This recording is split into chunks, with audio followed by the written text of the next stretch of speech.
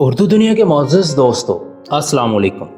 انسانی تاریخ میں ایک ایسا عظیم سائنسدان جس نے سائنس کی دنیا میں ایک طوفان برپا کر دیا، جی ہاں، البرٹ آئنسٹائن، تاریخ انسانی کا سب سے بڑا ماہر طبیعیات، جس نے بابائے فزکس نیوٹن کے پیچھے آنکھیں بند کر کے چلنے والے بڑے بڑے سائنسدانوں کو نہایت سادہ باتوں کے ذریعے چونکا دیا اور ایسی کرامات علمی کا مظاہرہ کیا کہ دنیا سائنس، بالخصوص دنیا فزکس، بالکل ہی ایک نئے جہاں میں داخل ہوگی، جسے اصطلاح میں ماڈرن فزکس کا جہان کہا جاتا ہے۔ آئنسٹائن کا خاندان جرمنی کے خوشحال یہودی النسل خاندانوں میں شمار ہوتا تھا۔ باپ کاروباری تھا مگر زیادہ کامیاب نہیں تھا۔ جب آئنسٹائن 6 برس کا تھا تو یہ لوگ میوں کھا گئے۔ ابتدائی تعلیم ایک کاتھولک مدرسہ میں پائی۔ یہاں کا سخت ماحول اسے ناگوار گزرتا تھا۔ اس کے استادوں نے کہا کہ لڑکا ذہنی طور پر سست ہے اور خوابوں کی دنیا میں کھویا رہتا ہے۔ کون جانتا تھا کہ اس کی یہ دنیا ہماری حقیقی دنیا سے زیادہ حقیقی ثابت ہوگی۔ اس نے اپنی ماں سے سنگیت سیکھا۔ قطب نما، جیومیٹری اور وائلن کے گرد ہی اس کی ساری زندگی گھومتی رہی۔ وہ اکثر سوچتا تھا ستاروں کی حرکتوں میں وہی ربط اور لے ہونی چاہیے جو وائلن کی سروں میں ہوتی ہے۔ آئنسٹائن کے لیے سنگیت اور سائنس ایک ہی علم کے دو پہلو تھے۔ اسکول میں کتابوں کے سوا اس کا کوئی دوست نہ تھا۔ 1894 میں آئنسٹائن کو بورڈنگ مدرسہ میں چھوڑ کر اس کا باپ کاروباری وجوہات کی بنا پر خاندان سمیت اٹلی منتقل ہو گیا۔ دسمبر 1894 میں 16 سال کی عمر میں تعلیم ادھوری چھوڑ کر آئنسٹائن بھی اٹلی پہنچ گیا۔ وہاں پہنچ کر 1896 میں اس نے جرمن شہریت چھوڑ دی۔ اکتوبر 1895 میں سوئٹزرلینڈ کے شہر زیورخ میں واقع یونیورسٹی ATH کے داخلہ کا امتحان دیا مگر ناکام رہا۔ وہ ایک استاد بننا چاہتا تھا۔ اسی کے حصول کے لیے اگست 1900 میں اس نے ایک امتحان دیا۔ 5 طالب علموں کے امتحان میں آئنسٹائن چوتھے نمبر پر آیا۔ پہلے 3 کو ATH نے نوکری دے دی مگر اسے اور 5ویں نمبر پر آنے والی ملیوا مارک کو نہیں۔ ملیوا کے ساتھ اس کا میل جول تھا اور وہ بعد میں آئنسٹائن کی پہلی بیوی بنی۔ ملیوا مسیحی تھیں اور سربیا سے تعلق تھا۔ ملازمت کا مرحلہ آیا تو اس کی خاطر کئی امتحان دینے پڑے۔ 1900 میں فزکس اور ریاضی کے ٹیچر کا ڈپلومہ حاصل کرنے کے بعد آئنسٹائن 2 سال تک ٹیچنگ کی جاب کے لیے مارا پھرتا رہا۔ آئنسٹائن کو سوئٹزرلینڈ کی شہریت تو 1901 میں مل گئی تھی لیکن میڈیکل وجوہات کی بنا پر اسے دیر تک قومی خدمات کے قابل نہ سمجھا گیا اور اسی لیے اسے نوکری کے حصول میں دشواری پیش آ رہی تھی۔ بالآخر آئنسٹائن کو ایک سفارشی نوکری حاصل کرنا پڑی۔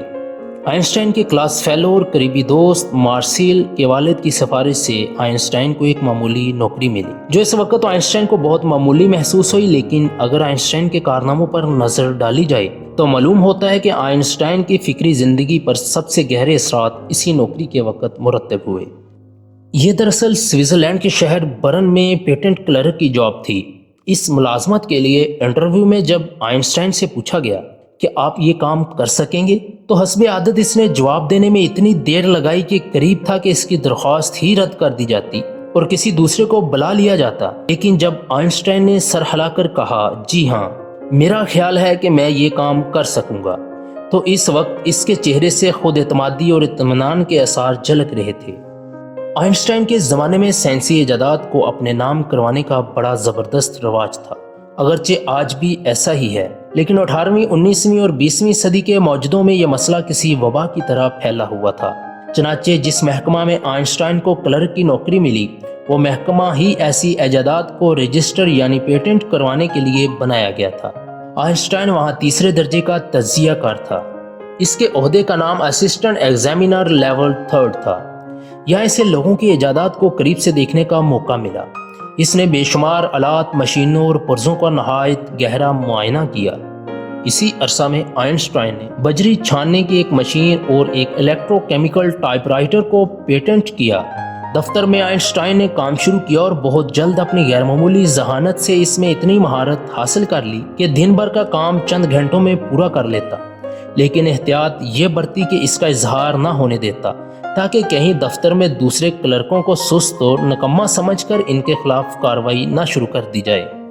اپنا کام ختم کر کے آئنسٹائن میز کی دراز سے ایک فائل نکالتا جس میں ریاضی اور طبیعت کے نہایت پیچیدہ مسائل ہوتے۔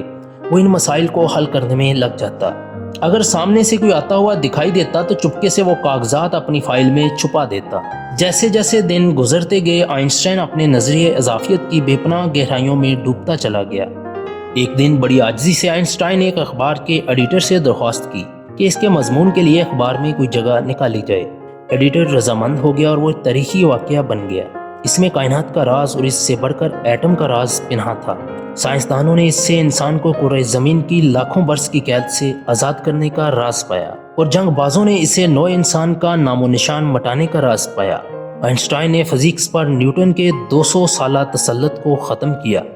اس نے بالکل اسی طرح نئی سائنس کی بنیاد رکھی جس طرح نیوٹن نے ارسطو کا تسلط ختم کر کے نئی سائنس کی بنیاد رکھی تھی۔ آئنسٹائن نے 1905 میں مادہ اور توانائی کے درمیان تعلق کو واضح کرنے کے لیے mc2E کی مساوات پیش کی۔ یہ مساوات ظاہر کرتی ہے کہ مادہ کے چھوٹے چھوٹے ذرے توانائی کی بڑی مقدار میں منتقل ہو سکتے ہیں۔ 1906 میں زیوخ یونیورسٹی نے آئنسٹائن کو PhD کی سند عطا کی، جس کے لیے آئنسٹائن نے تحقیقی مقالہ 1905 میں جمع کرایا تھا۔